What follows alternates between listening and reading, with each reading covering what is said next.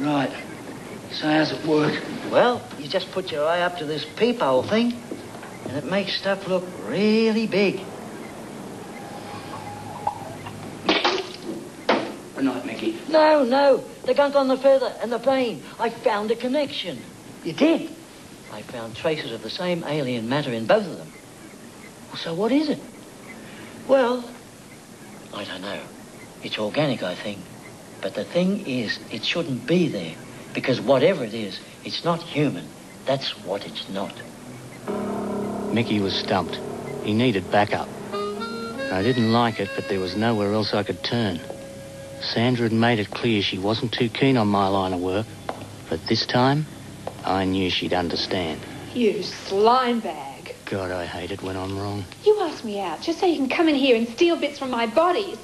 I knew you were low rent, Trent, but this has like to be... that. I was on a case. So what? You used me, Trent. No one uses me. Burnett, there are 2 people dead. I think there's a connection. Now, I'm sorry if I offend your sensibilities, but that's my job. I don't like this one little bit. Look, all I'm asking is to have another look. We need a proper look at that kid's body. Oh, Jesus, all right. Axel!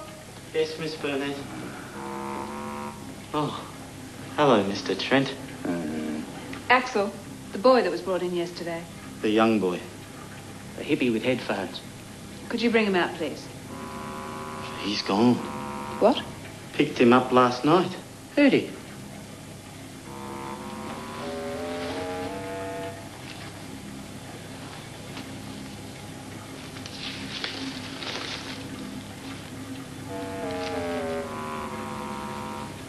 Got some other nice boys, Mr. Trent.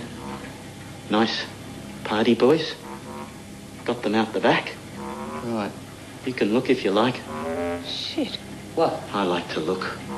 Thanks, Axel. That'll be all. You can see them from here.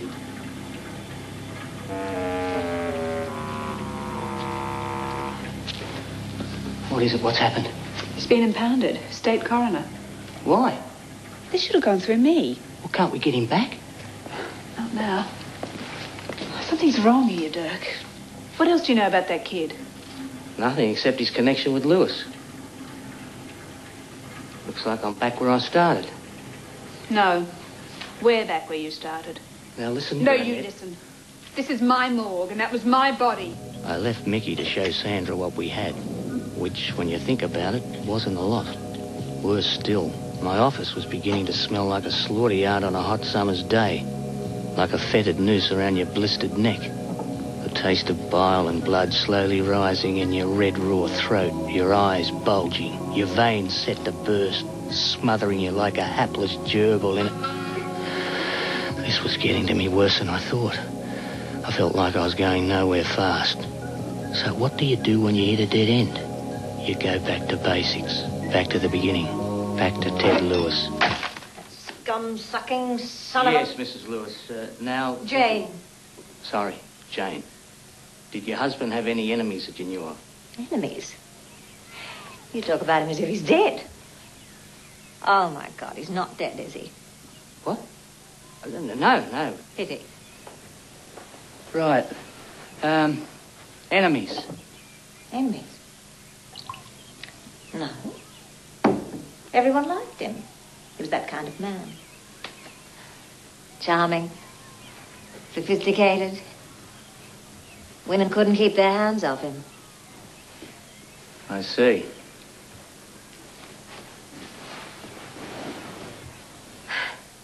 I remember the last thing I said before he left that day. I said, Ted, you mealy-mouthed puss bag. You wouldn't know a good woman if she spat on you. But life goes on, doesn't it? I just hope they're happy together. Shacked up in some rat-infested hovel in the arse end of hell. Still, maybe there is a God. He'll be dead in 6 months. What? Dead? Tumor. Now, don't get me wrong. But if anyone deserves one, he does. Porking that fat slag when he should have been at Henderson's. Henderson? His doctor. Sorry. Neurosurgeon. Witch doctor, if you ask me. Nice buns, though. Not too tight. I like a man with a bit of jiggle in the arms. A bit of jiggle, a bit of dangle. Know what I mean, big guy? Yeah, well, I'd better get going. No, I'll just stay for a minute. How about a drink? You look like a fluffy duck kind of guy. Maybe next time. But this Henderson, is he in the phone book? Or a video. You like watching sperm whales mate?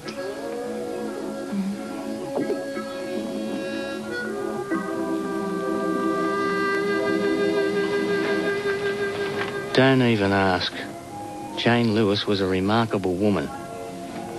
There's nothing quite like sitting around naked on a Flacati rug watching wildlife documentaries to get you back in touch with your inner essence. She showed me things I'd never dreamed of, like the fantail dance of the Australian lyrebird, how far a llama can spit, and the cows have 3 stomachs. She said she'd call. I knew she wouldn't. Girls are like that. No, Gary, listen. I want you in this one. It's going to be good. You're going to recoup, you're going to break even, you get your commission, no problem. Great. Love you, mate. Bye.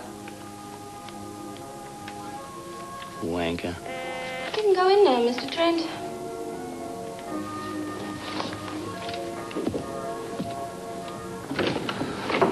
Good afternoon, Mr. Trent. A private investigator, I see. Yes, that's right, Doctor. Please take a seat.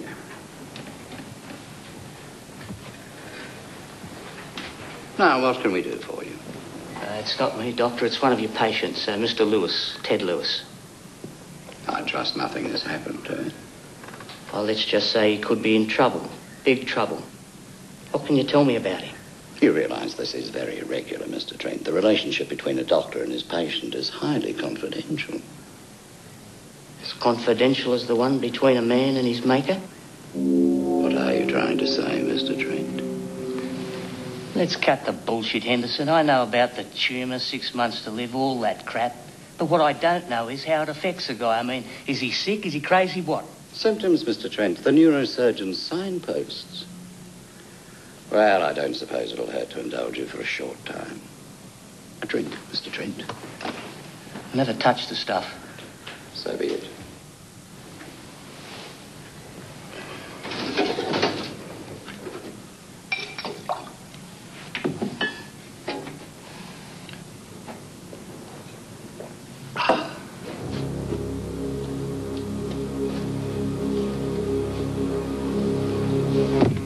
The brain, Mr. Trent.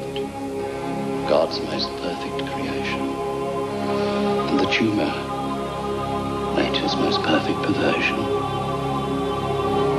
You still wish to understand, Mr. Trent? Here, then let me show you.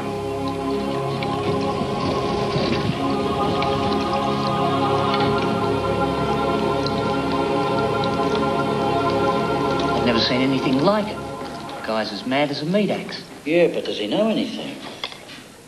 He knows that if you squeeze a tumour real hard in just the right place, it goes just like a big boil.